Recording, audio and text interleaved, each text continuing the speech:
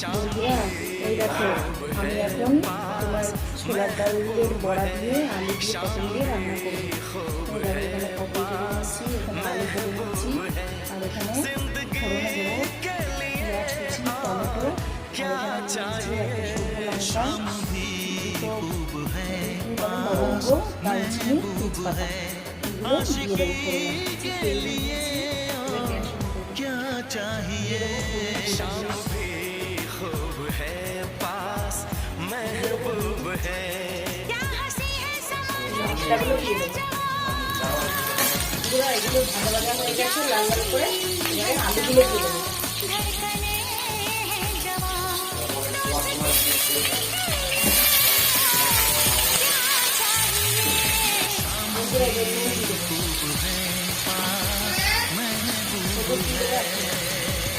এগুলোকে নেড়ে নেব। আলুটা হালকা হালকা লাল লাল হয়ে গেলে পটলগুলো দিয়ে দেবো। বন্ধুরা লাল লাল করে আলুগুলোকে ভেজে নিয়েছি, এবার পটলগুলো দিয়ে দেবো।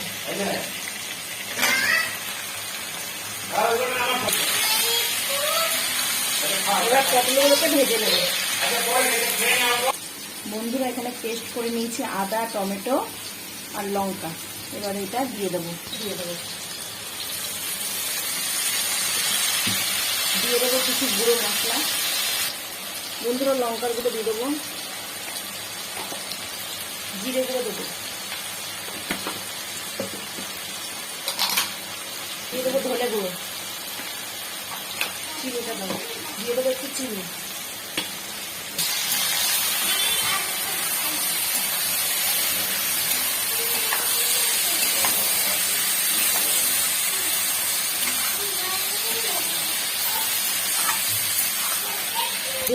আমার আলু পটল সব মশলা দিয়ে কষানো হয়ে গেছে, এবার আমি জল দিয়ে দেবো।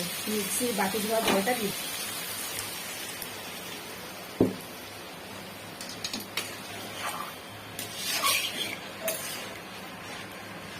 আঁচটা ফুটে উঠলে বড়াগুলো দিয়ে দেবো।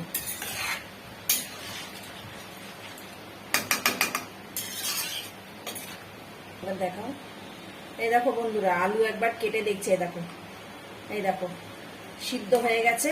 এবারে বড়াগুলোকে দিয়ে দেবো। এই যে বড়াগুলো ভেজে নিয়েছি, যে ছোলার ডালের বড়া, এগুলো দিয়ে দেবো।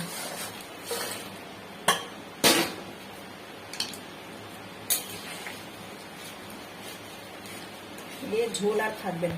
বন্ধুরা গরম মশলার গুঁড়ো দিয়ে দেবো। তুমি দেখাও বন্ধুরা, আবার ঘি দিয়ে দেবো।